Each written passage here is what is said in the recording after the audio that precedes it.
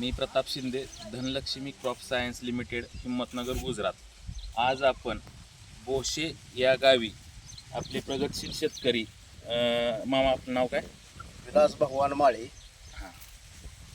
Mobile number 94-210-22-524. त्यांनी आज आपल्या धनलक्ष्मी सीड कंपनीचा मका 32D12 हा वाण आज त्यांच्या शेतामध्ये केलेला आहे.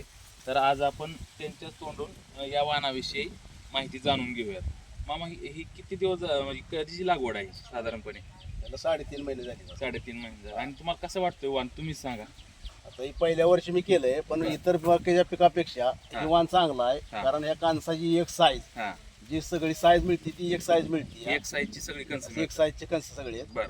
आणि दुसरी गोष्ट, ही मकाचं पान जे आहे का, हां याची जाडी आणि रुंदी हां हां, ही जास्त महत्वाची आहे. बरोबर. कारण जाडी असल्यामुळं आळीला प्रादुर्भाव कमी जरा होतोय. बरोबर आहे, बरोबर. एका स्प्रे मधली ही आपली मका आलेली आहे. हां हां हां, आणि बेसळ डोस एकच झाला आहे. एकच आणि झालं. पावसावरची मका, हिला पाणी अजिबात दिलेलं नाही. अजूनपर्यंत अजूनपर्यंत पाणी दिलेलं नाही आणि पाणी द्यायची काय आवश्यकता भासणार बी नाही. बरं बरं कारण पावसाळी मका ही सीझन मधली बरोबर. आणि कंस तुम्हाला कणसाची एक एकसारखी? साईज मिळाली आहे. हां हां, आणि उत्पन्न मनापेक्षा माझ्या अपेक्षेपेक्षा जास्त मिळाला असा अंदाज आहे. बरोबर आहे, बरोबर आहे, बरोबर.